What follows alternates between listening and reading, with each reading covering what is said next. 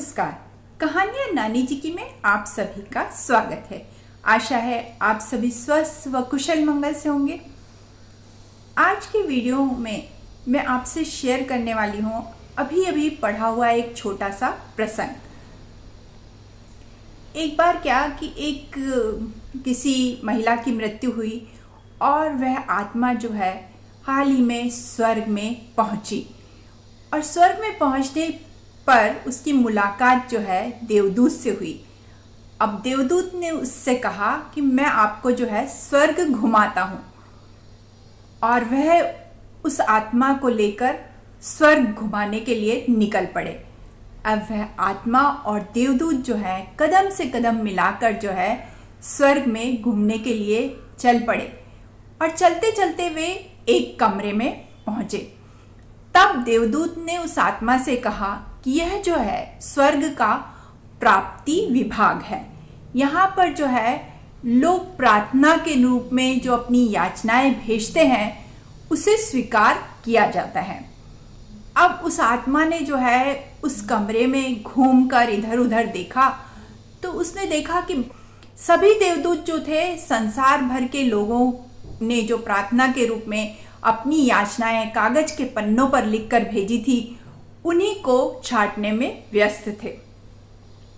थोड़ी देर बाद देवदूत ने उस आत्मा से कहा कि चलो अब हम आगे बढ़ते हैं और फिर वह देवदूत जो है उस आत्मा को एक दूसरे कमरे में लेकर गए और उन्होंने कहा कि यह जो है स्वर्ग का पार्सल वितरण विभाग है। यहाँ पर जो है ईश्वर के वरदान और आशीर्वाद को जो है पैक करके पार्सल के रूप में धरती पर भेजा जाता है। तब उस आत्मा ने देखा कि उस कमरे में भी बहुत सारे देवदूत अपने काम में व्यस्त थे, पर फिर भी जो है बहुत सारे ईश्वर के वरदान और आशीर्वाद जो है पैक करके धरती पर भेजने के लिए बाकी थे।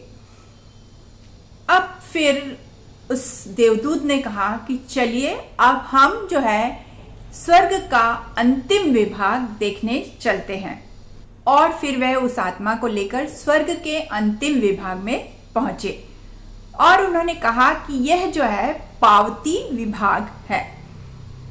अब उस आत्मा ने देखा कि उस जगह पर सिर्फ एक ही देवदूत बैठा हुआ था और वह भी कोई काम नहीं कर रहा था। तब उस आत्मा ने उस देवदूत से कहा कि ये कैसा विभाग है, यहाँ तो ये एक ही देवदूत है और वह भी कुछ काम नहीं कर रहा है, ये तो बुरी बात है।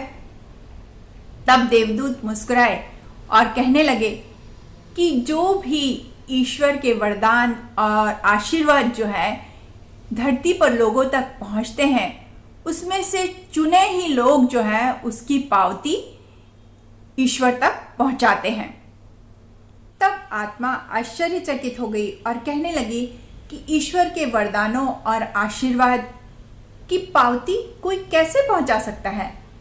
तब देवदूत हंसने लगे और कहने लगे कि ये तो बहुत आसान है, सिर्फ इतना कहना है कि हे प्रभु आपका धन्यवाद।